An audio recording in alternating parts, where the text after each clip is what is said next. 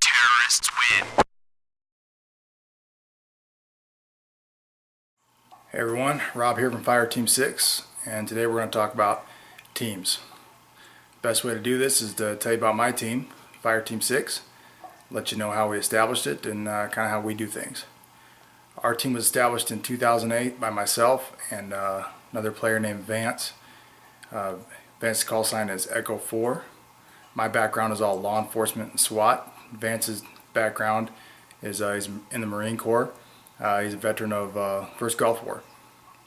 We were both game organizers at the time for Airsoft Nebraska, and we decided that we wanted to establish a team that was kind of more adult based for a more mature player, more tactical based, and just less for the younger players and the kids. First thing that makes our team different than most teams is that we have standards.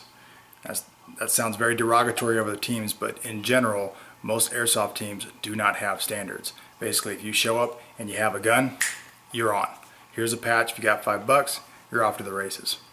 Our team doesn't do it that way. We have fitness standards and we have gameplay standards, and basically we like to vet the people that we put on our team.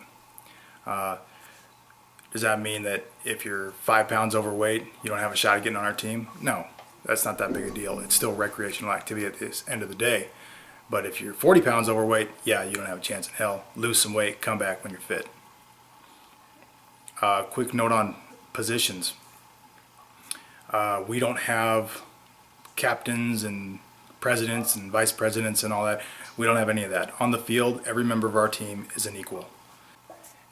Anytime you have a leadership position such as a captain and that player goes down, then the team is left without leadership and chaos quickly ensues. We want all our team members to be leaders when they have to be and be able to step up to the plate and do what has to be done at any given time. And in the real world, that's usually how it works out. Fire Team 6 is different from most teams in that we also do real steel in addition to airsoft and milsim.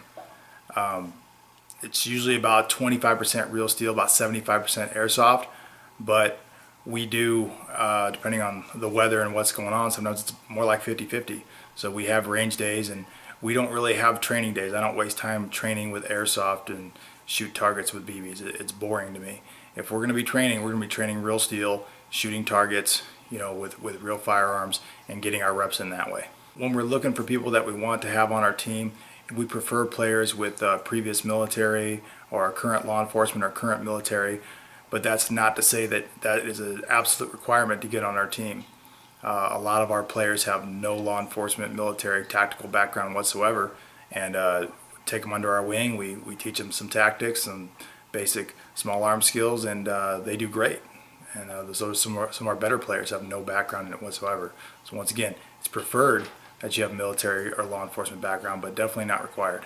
Most teams are only concerned of what kind of equipment a player has. I'm not concerned with what equipment they have whatsoever.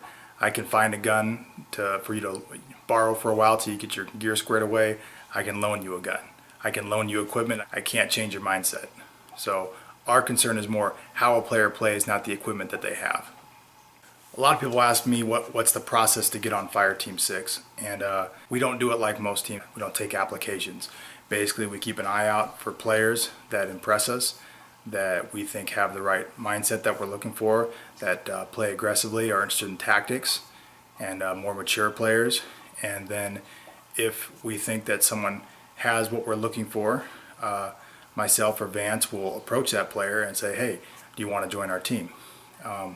The final decision is with Vance and I, but we do consult all other team members and basically say, hey, what do you think about this player?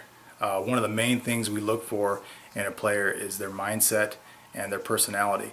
You can be the best player in the world, but if you're not going to get along with the rest of our team, I can't use you. If I can't sit down and have a beer with you and have a good time with you and feel like you're going to bring some cohesion to the team, you're not going to be on our team. I need people that can work together well in a team environment. As far as the size of our team goes, generally it ranges from about 7 to 10 players. It ebbs and flows. We'll take people on, and since most of our players are in their 20s or 30s and have jobs and families and whatnot, people come in and out of the sport. it happens. So our inactive list gets a little bigger, and we got to pick up new members to pick up the slack.